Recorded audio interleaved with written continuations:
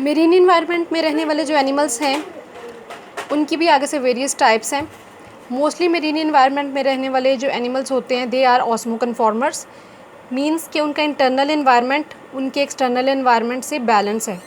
उनका internal environment जो होगा it is isotonic to that of external environment. That is why they do not have to regulate themselves with respect to the external environment.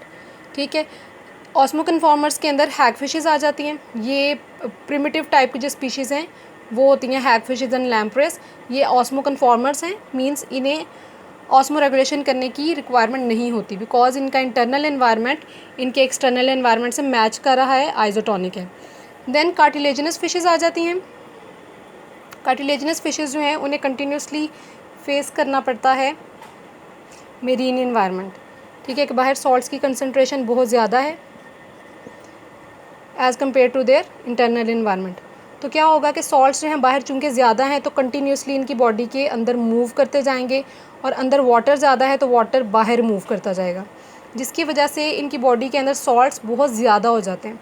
अब इन्होंने adaptation जो करनी है वो ये करनी है कि इनकी बॉडी के अंदर जो एक्सेसिव सॉल्ट हो गया है उस सॉल्ट को इन्होंने बॉडी से बाहर रिमूव करना है। उसके लिए इनके अंदर 2-3 मुख्तलिफ अडॉप्टेशंस हैं, ये मुख्तलिफ ऑर्गन्स हैं जो कि स्पेसिफाइड हैं सॉल्ट रिमूवल के लिए। फ़र्स्ट ऑफ़ ऑल ये क्या करते हैं, इनकी किडनीज़ जो हैं जब वो यूरिन प्रोड्यूस करती हैं तो किडनीज़ जितना भी सॉल्ट्स बनाएंगी वो सॉल्ट्स गिल्स के थ्रू इनकी बॉडी से बाहर रिमूव हो जाता है। दूसरा, इनके अंदर सॉल्ट्स को रिमूव करने के लिए एक स्पेशल किस्म की ग्लैंड्स भी होती हैं जिनका नाम है रेक्टल ग्लैंड्स, जो कि इनकी टेल और इस पोर्शन के मिड में यहाँ पे कहीं पाई जाती हैं। Rectal glands are specified for the removal of excessive salts outside of the body. अंदर जितना भी एक्सेसिव सॉल्ट्स जमा हो रहा है वो रेक्टल ग्लैंड्स के ज़रिए बॉडी से बाहर निकलता रहेगा।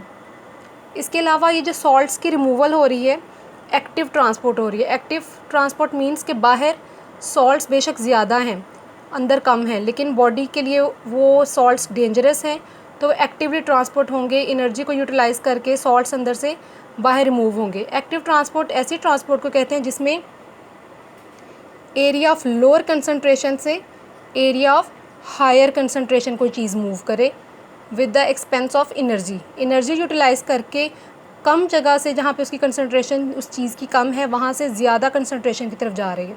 नॉर्मली ये होता है कि ज़्यादा से कम की तरफ जाती है, लेकिन चूंकि बाहर सॉल्ट्स बेशक ज़्यादा है लेकिन अंदर ऑलरेडी सॉल्ट्स इकट्ठे हो चुके हैं और वो सॉल्ट्स डेंजरस हैं बॉडी के लिए, तो सॉल्ट्स जो हैं अंदर से कंटिन्यूसली बाहर रिमूव किए जाएंगे एक्टिव ट्रांसपोर्ट के थ्रू।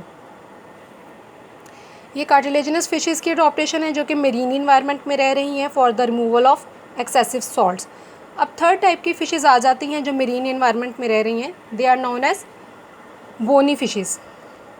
जितनी भी हम लोग फ़िशेज़ पढ़ रहे हैं इन सबको हाइपरटोनिक इन्वायरमेंट का सामना है, क्योंकि ये मेरीन में रह रही हैं तो मेरीन इन्वायरमेंट में नमक की कंसनट्रेशन ज़्यादा होती है और सॉल्ट्स की कंसनट्रेशन पानी में कम होती है। तो इन सबको इस मसाइल का सामना है कि सॉल्ट्स बाहर से अंदर की तरफ जा रहे हैं और वाटर अंदर से बाहर की तरफ आ रहा है, जिसकी वजह से सॉल्ट्स अंदर ज़्यादा जमा हो रहे हैं। अब बोनी फिशेज़ का ये प्रॉब्लम है कि बोनी फिशेज़ जो हैं ये फ़्रेश वाटर से आई हुई हैं। इनके जो आबाओ अजदाद थे, एंसेस्टर्स थे, वो रहते थे फ़्रेश वाटर में। फ़्रेश वाटर से इन्होंने माइग्रेशन करके मेरीन इन्वायरमेंट इख्तियार किया, तो इनके अंदर अडॉप्टेशन जो पहले पाई जाती थी वो हाइपोटोनिक इन्वायरमेंट के लिहाज से थी। ठीक है, अब चूँकि ये आ गई हैं मेरीन इन्वायरमेंट में तो इसके हिसाब से इन्हें अडॉप्ट करना था। तो इनके अंदर जो अडॉप्टेशंस हैं, पहले तो ये है कि ये अंदर अपने सॉल्ट्स की कंसनट्रेशन, जो सॉल्ट्स कंटिन्यूसली इनकी बॉडी के अंदर जा रहा है उसे बैलेंस करने के लिए ये बार बार जो है क्या करती है, कंटिन्यूसली दे ड्रिंक वाटर। पानी चूँकि अंदर से बाहर रिमूव हो रहा है और सॉल्ट्स बाहर ज़्यादा होने की वजह से अंदर जा रहा है। ये बोनी फिशेज़ अब कहाँ पे रह रही हैं, मेरीन वाटर में। पहले कभी ये फ़्रेश वाटर में हुआ करती थी बट अब आ गई हैं मेरीन में। और मेरीन में क्या होता है, सॉल्ट की कंसनट्रेशन ज़्यादा होती है पानी में, तो सॉल्ट कंटिन्यूसली अंदर जा रहा है, वाटर रिमूव हो रहा है, जिसकी वजह से वाटर को मेंटेन रखने के लिए दे कंटिन्यूसली ड्रिंक वाटर।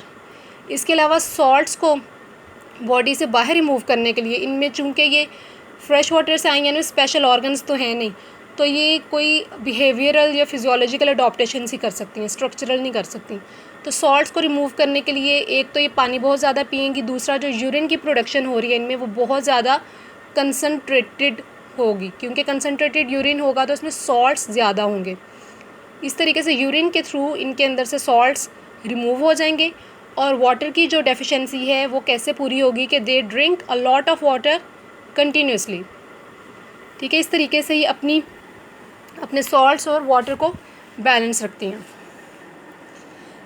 ये सारा हो गया एक्वेटिक इन्वायरमेंट में रहने वाले एनिमल्स कैसे ऑस्मो रेगुलेशन करते हैं। अब नेक्स्ट जो है वो है osmoregulation in terrestrial animals. Terrestrial environment में जो एनिमल्स होंगे वो किस तरीके से करेंगे। Mostly animals in terrestrial environment have to face dehydration. ठीक है, वाटर की अवेलेबिलिटी नॉर्मली टेरेस्ट्रियल इन्वायरमेंट में एक्वेटिक की निस्बत कम होती है। तो उनके अंदर स्पेशल किस्म के प्रोटेक्टिव लेयर पाई जाएगी, ईदर इट इज़ स्किन और it is chitinous exoskeleton as in the case of insects.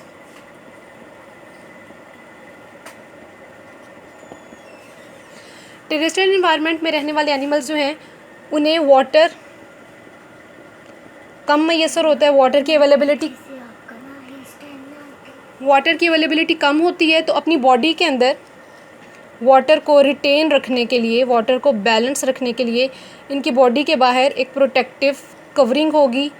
वो प्रोटेक्टिव कवरिंग मुख्तलिफ एनिमल्स में डिफरेंट होती है। अगर मैमल्स या वर्टिब्रेट्स की बात की जाए तो उनके अंदर स्किन पाई जाएगी, और अगर इंसेक्ट्स की बात की जाए तो इंसेक्ट्स के केस में ज़्यादा हार्ड काइटिनस वो लेयर होगी जिसे हम कहते हैं एक्सोस्केलेटन। इनके केस में ज़्यादा हार्ड इसलिए है क्योंकि इंसेक्ट्स जो हैं ये वाटर कम पीते हैं और इन्हें वाटर की अवेलेबिलिटी बहुत लिमिटेड होती है। ठीक है, तो ये प्रोटेक्टिव कवरिंग होने की वजह से बॉडी के अंदर का वाटर जो है वो बाहर उसकी रिमूवल नहीं हो पाएगी, जिसकी वजह से जितना वाटर इनके बॉडी में प्रोड्यूस हो रहा है या जितना इनके अंदर फूड के ज़रिए इनटेक हो रहा है वो वाटर रिटेन रहेगा और बॉडी से बाहर रिमूव नहीं होगा। इसके अलावा बहुत से एनिमल्स ऐसे हैं जो कि इस किस्म का फूड खाते हैं जिसके अंदर वाटर की क्वांटिटी ज़्यादा हो।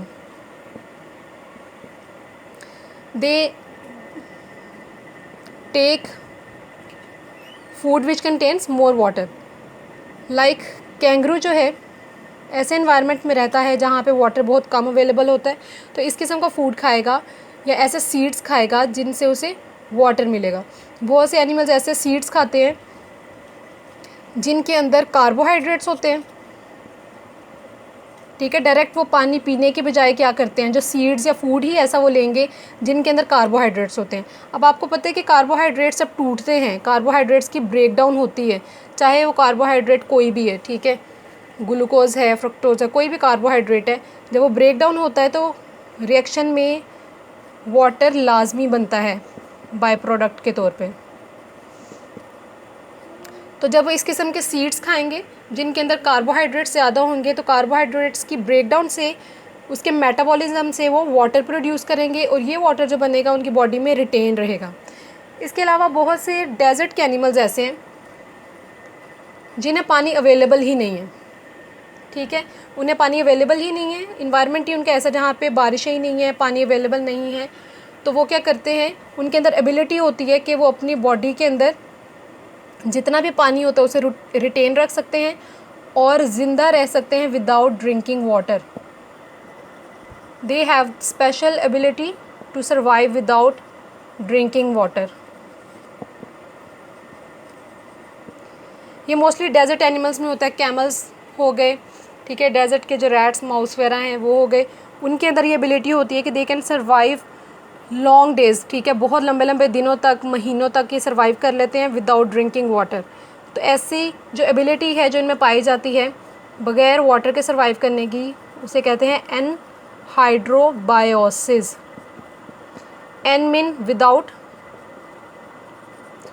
Hydro mean water, biosis mean life, यानी लाइफ विदाउट वाटर। ये वो एनिमल्स हैं जो कि डेजर्ट में रहते हैं या ऐसे इन्वायरमेंट में जहाँ पे वाटर की बहुत लिमिटेड सप्लाई है ना होने की फॉर्म में, तो ऐसे एनिमल्स जो विदाउट ड्रिंकिंग वाटर बहुत सारे दिनों तक सर्वाइव कर जाते हैं। तो ये तमाम एडॉप्टेशंस हैं जो कि टेरेस्ट्रियल इन्वायरमेंट में रहने वाले एनिमल्स के अंदर पाई जाएंगी। एक तो इनके अंदर कोई भी प्रोटेक्टिव लेयर होगी ताकि अंदर का वाटर बाहर रिमूव ना हो, वो काइटिनस एक्सोस्केलेटन होता है इंसेक्ट्स के केस में, और वर्टिब्रेट्स के केस में मोस्टली इट इज़ स्किन।